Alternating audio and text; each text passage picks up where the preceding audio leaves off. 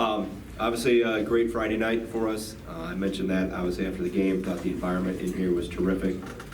We had to need to do more whiteouts, but guys played well. Went through the film over the weekend, and I thought we did some really good things. And as we all know, the race got a little tighter over the weekend, so it's an exciting time. We're barely halfway through, so it's going to be a huge week for us, obviously, starting with Wednesday night in Minnesota.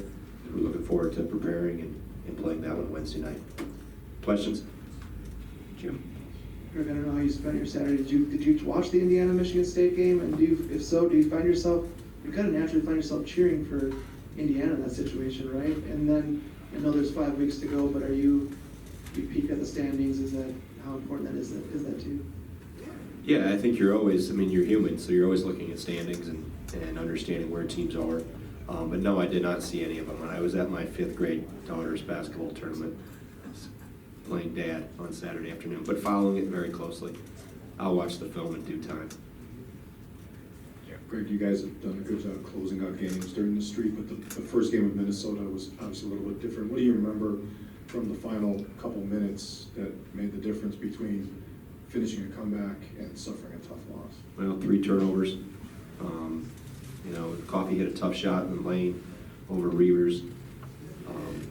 But we weren't good in that first half. We've talked about that a lot, but hopefully we're better, because I think they've played some good basketball. They've been really impressive at times on film.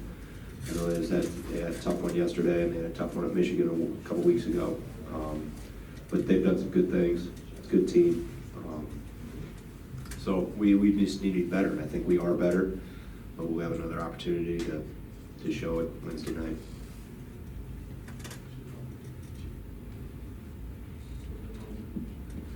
Nate got into a little bit of foul trouble at Nebraska, and then against Maryland even more so. Some of it has been trying to box out. Have you been able to identify some things to try to help him and say, if you do this before, maybe you'll avoid that situation? Yeah, we've looked at that. Some of it's his use of hands. He gets a little trying to work leverage with his hands sometimes too much. Sometimes he gets caught trying to drive back, and he's not low enough, so he gets caught in what it looks like he's a pushing situation. A couple of them have been just guys getting tangled up, and he's been the recipient of a foul. So I think that'll be something as he gets stronger, he'll be able to hold his own more. And once he does get leverage, sustain it. And some of it's been positioning, just making sure he's low enough. And most of them have been in the rebounding scenarios. There's been a couple of foolish ones where he's gone after rebounds or left his feet unnecessarily. So just trying to clean up all the little things as much as possible. But the majority has probably been leverage and what he's doing with his hands. Coach, you've talked for weeks now about how tough the Big Ten is, but yet does it surprise you to see teams like Michigan and Michigan State go down? And then what does it say about you guys that you've been consistent through 5? No, I think if you talk to any coaches through the league and just the conversations I've had with coaches before or after games, just how competitive it has been. And we've seen that I mentioned that before, just not necessarily final scores if you look at just those, but if you watch progressions of games and how games play out. There were several last week that could have won either way. Penn State could have won at home, that overtime game against Purdue. So there's been a lot of those type of scenarios where, Illinois is playing pretty well right now. They beat Nebraska, obviously, and they've done some good things. So I don't think anybody's surprised.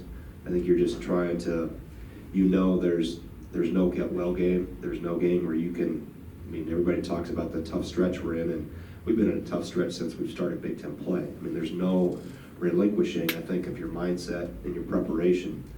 They're all very competitive, as we've seen. Doesn't matter. You think if Indiana loses 7 in a row, and the last place they would go to break that streak would be at Michigan State, but they went in and played really well. So I don't think anybody's safe at home or road against anybody. It's just any night, anything can happen, and that's been a cliche, but I think this year it's really proven true in terms of how competitive from 1 to 14 teams have been. Coach Gard, I know Brad Davison led you guys just in, not just in points at this last game, but also like he's this basically one-man hype squad, if you will. Are you ever surprised at the amount of not just energy and spirit, but his like positive energy that he has for the team? No, because he's been like that since the day I've known him. I met him when he was an 8th grader.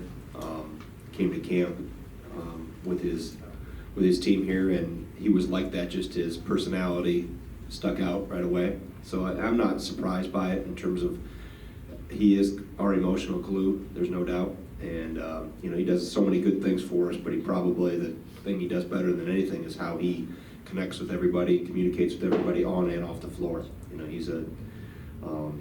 He's a great communicator. He relates with people. He knows how to motivate. He wants to be a coach, and he'll be a good one someday. So, but that's how what you see on the floor with him and his interaction. That's how he is. If he's in class right now or he's getting ready to come to the weight room here in a little bit, he's like that all the time in every facet of his life. So, he'll be successful whatever route he takes. And obviously, he's an important piece of that component in terms of the emotional and motivational and connection that he helps bond between teammates. Jim? Brad, what kind of impact do you think the 20-game conference schedule will have just on the physical toll on your team? I know it's the same for everybody, so it's not like you're going through anything different, but how do you get around that? Yeah, I think first of all, you understand everybody's going through the same thing, so there's nobody has an advantage or is at a disadvantage. I think you try to be really wise with how you're using your days in terms of your practice. Do you have multiple days? We came off a stretch of 12 straight days, so I backed off a little bit in certain days after games specifically, and it did, maybe the amount of work wasn't less, but the duration and the contact I removed. So I tried to shorten some of that stuff in terms of how much we were maybe hitting each other, so to speak, or at all. Took it out of practice completely for a couple days after games. So you just you have to read your team and kind of see what you think how they're feeling. You talk to your older guys, how they're feeling. But I think it will be interesting. We're the first league to ever do this, to go 20 games, and not only you go through the 20-game regular season, but then you have a conference tournament. And how does it impact teams going into postseason play? But I think I've tried to be very judicious and cautious in terms of reading, engaging our guys, and not as much as maybe you want to come back and go hard the next day after a game. Probably more than ever, I've backed off of some of that, and tried to, especially when you're in stretches. Now we had a little break, so today we'll go back at it in a normal practice pattern. But when you're in those longer stretches with no days off, I think we've tried to be smart about what we're doing.